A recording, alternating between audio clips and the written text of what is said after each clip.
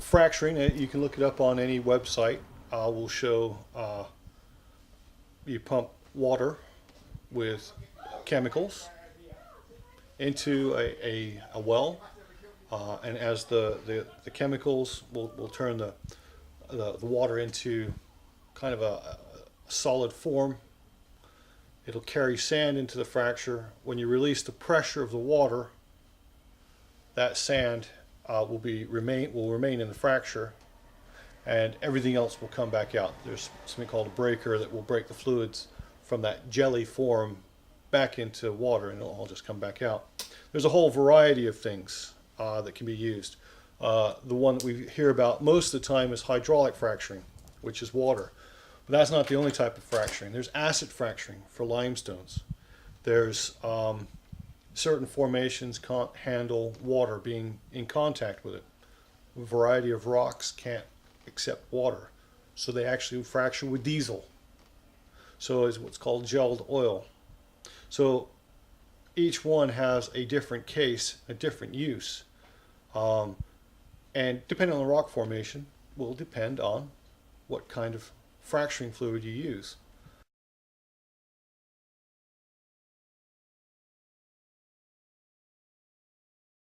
Okay, so you have to understand that, like cars, yeah, what would you rather be in a car accident? A car from the 1920s or a car from the 2015? We've moved on. Yeah, fracturing has changed dramatically over the last 40, 50 years. Very few companies remain doing it because it is such a technologically advanced system now. It used to be they threw anything down the holes just for the fun of it. But you can't do that anymore because financially it's not viable, environmentally it's not viable, and unfortunately oil companies are all about money. And if you don't get return, yeah, then they don't do it.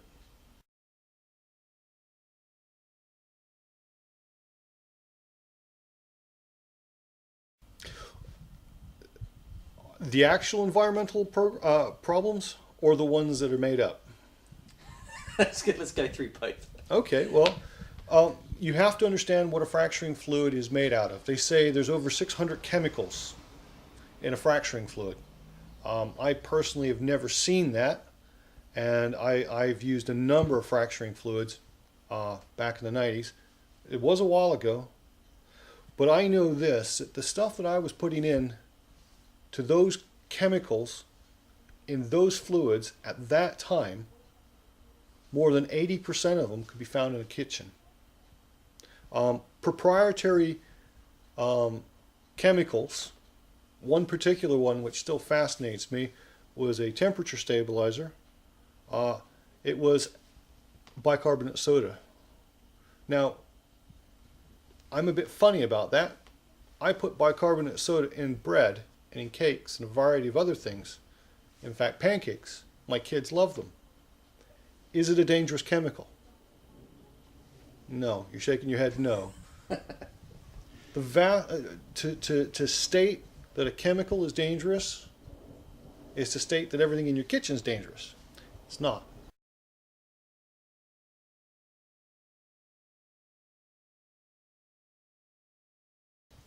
There are other things. KCl.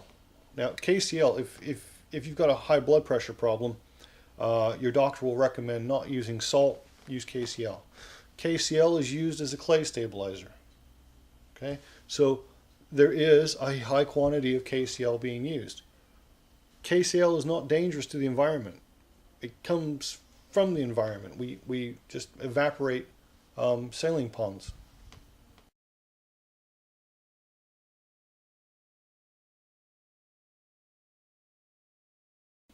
To me, that is the one time when you're most likely to contaminate a well, an aquifer, drinking water.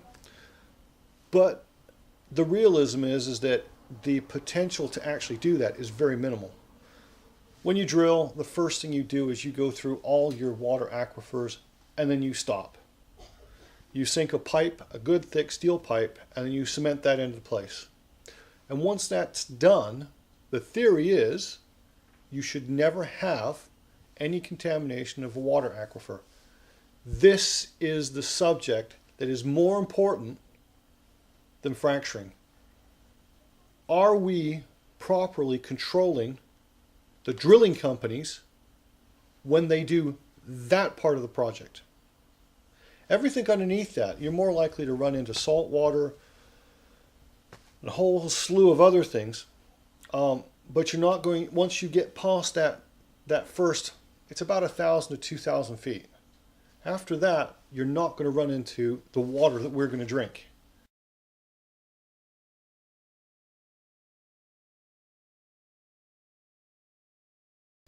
I would love to see more of them. Oh God, I'd love to see more.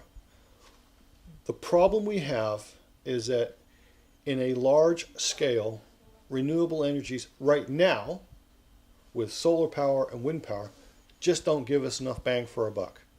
One of our massive problems, of course, is solar power, which is great. I've even got solar power panels on my roof. But when the sun goes in, you have no power. When do you need most of your power? Nighttime. So it's a catch-22. It's a great way of generating energy, but it's not at a usable location, a usable time.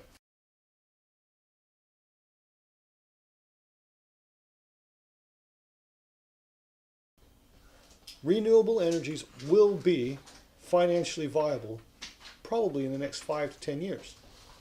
What are we going to be doing between now and then? And more importantly, what are we going to do when those energies are in fact financially viable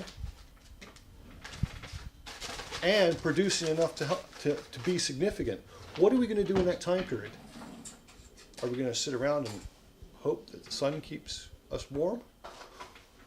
Or are we going to continue using gas as the gap block? Does that make sense?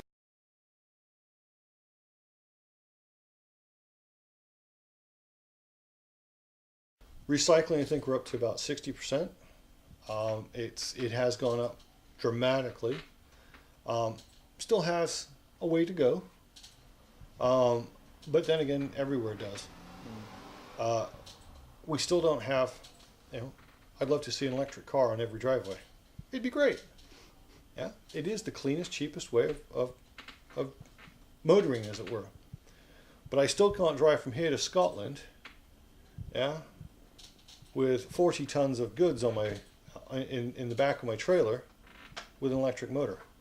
Well, unless you got rails, but that's another story. We've got a long way to go on that, and I don't think that's going to be solved in the next 20 years.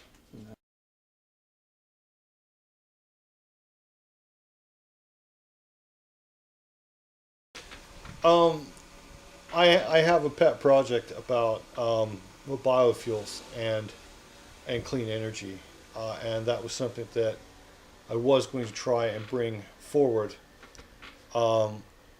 It's not a situation right now where a government would even consider it.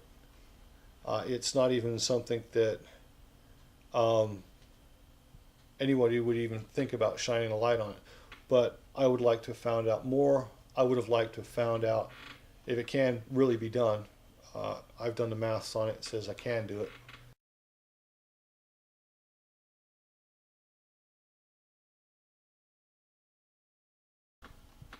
You got to spare 2 hours? Okay. It's a combination of algae to produce oil, just vegetable oil, something called elephant grass, Miscathis giganticus, to produce alcohol and biomass. The combination of alcohol and vegetable oil creates biodiesel. The byproduct is glycerin. You take the glycerin with the biomass, put it all together, cube it. Those cubes can go into any standard coal-burning power plant and would have more calorific value than the current brown coal that we're importing from South America and a few other places. By doing that, you have a basis of using the existing infrastructure more than anything, You don't have to change anything. But you'd have the biodiesel that could be put into our trucks, into our trains, into our buses. It's clean. It doesn't have the noxious fumes and all the other garbage that comes out of diesel. In fact, with biodiesel, pure biodiesel, you don't need a catalytic converter or the particulate matter collector, because the burn is cleaner and those nasty materials aren't there. You'd have had clean power coming out from your coal plants, clean energy for your trucks and buses. I've done the maths. It works. But you need funding